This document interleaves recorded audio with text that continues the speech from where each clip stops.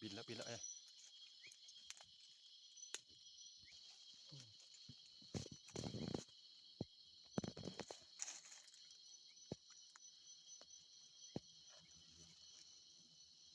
สวยงามเนาะ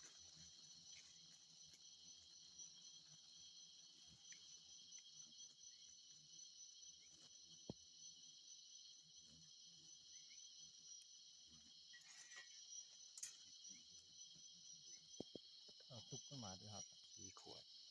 ขวดก็หลายทุกคนตุกข่าวเมื่อเฮาจะเอาแม่นี่เฮาจะเอาศพมือนั้นอย่างที่รถหมดแล้วนั้น ขวดหลายได้เนาะ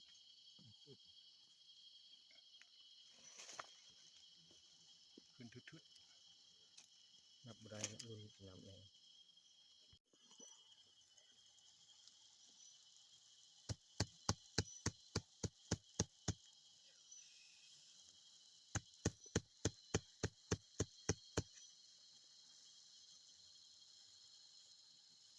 เข้าตรงเติมประมาณ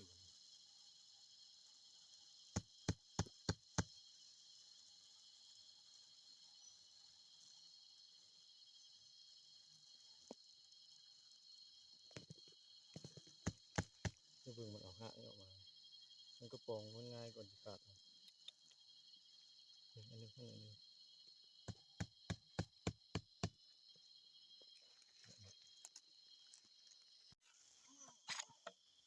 เดือ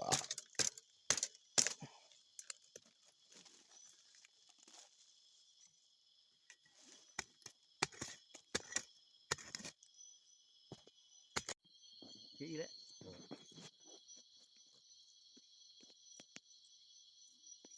จับตัวไม่ตาไม่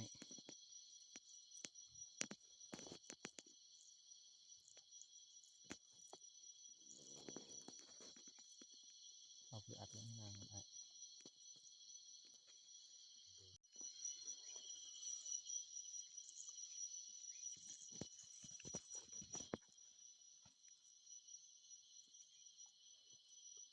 ได้ได้เอง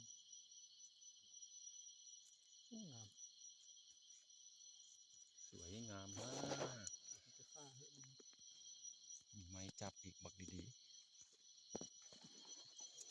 ไม่สมควร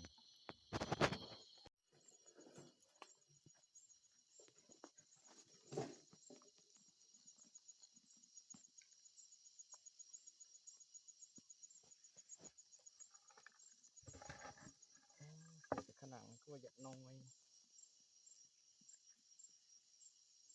ย่ามันหากว่าดักแต่ก็พอเป็นเลยเนี่ยมาเนี่ยเขาอยู่หูฟ้ามันอยู่เลยยกขึ้นอีกคือมันจำไหมจับดีได้หลุดมือเบะลงเติมเลย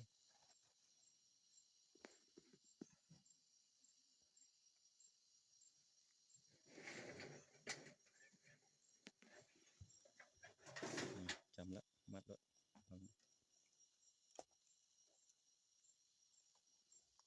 ปีนไหลซึ่งงักแล้วนะนี่มันจับมือแล้วนะน้องแม่กู้มันเชื่อหรือเปล่าอย่างมัดดีห่างนี้ก็กดดูทำไมดูเองเถอะ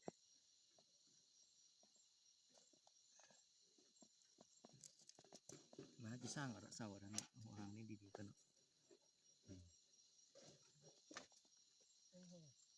ยานี่บ่ได้แล้วโอ้ยปียานหรือก็มูเยอะนะมูเยอะเพ่งปานนั้นเยอะก็บ่ถ้อยเด้อแข็งว่าดินน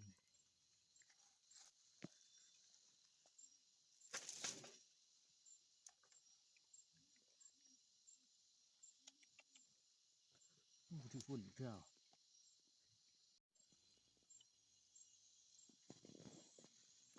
ปล่อยแม่นางลงเป็นที่ไม่นานครับ แม่พญาแม่นาง ทั้งชา นางพญา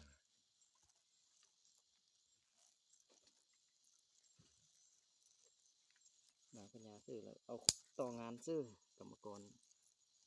สร้างหาง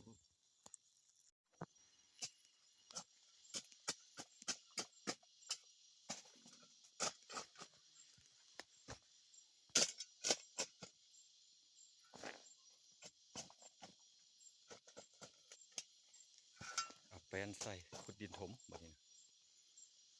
แล้วจังเอาแม่มันใส่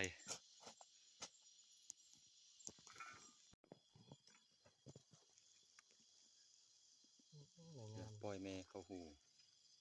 สังกะสีโปกกันน้ำกันฝน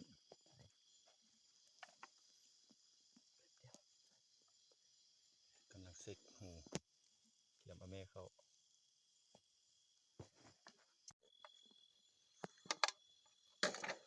นี่เมียน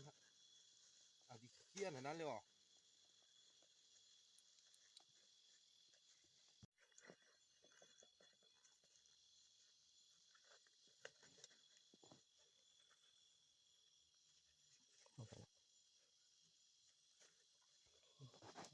เราถ้าเอาที่แม่มันเข้าเองบัดนี้ถือว่าสำเร็จ นิ่งนี่ลงไป มื้ออื่นเช้าแล้วก็มาดึงเสือกนี่ออกถือว่าจบแม่มันเต็มบางอย่างทึดๆอยู่ต่อแต่ให้มันเข้าหูจบ